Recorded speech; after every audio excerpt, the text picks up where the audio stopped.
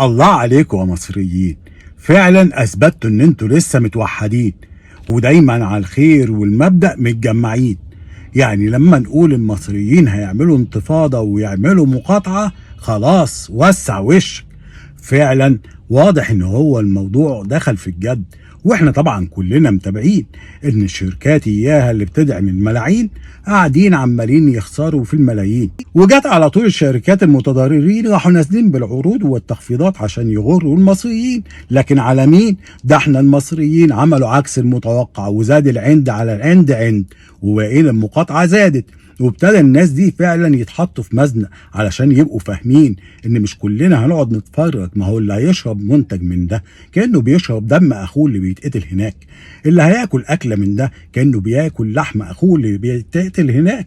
يبقى من الاولى ان الناس دي يبقوا فاهمين ان لا رجعه مع اخلاق واصول المصريين، لان المصريين دول فعلا ما لهمش كتالوج، هم ليهم كتالوج واحد مختص بيهم، اللي زيكم لا يمكن ليه يبقوا فاهمين.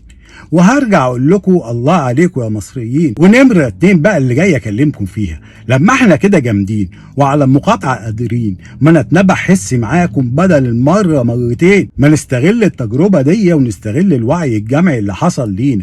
ما تيجوا نستغل ده بعد كده ويبقى المقاطعه لاي حد ضلالي عايز يزود علينا في الاسعار. ما قبل كده كان التجار اللي جشعين، مش كل التجار لكن البعض منهم كان بيغلي زياده اكتر من الزياده اللي بتحصل في السوق، واحنا كنا بنقعد عليه متفرجين. طب ما تيجوا نطبق معاها القاعده دي وتبقى دي قاعده جامده عندنا يا مصريين.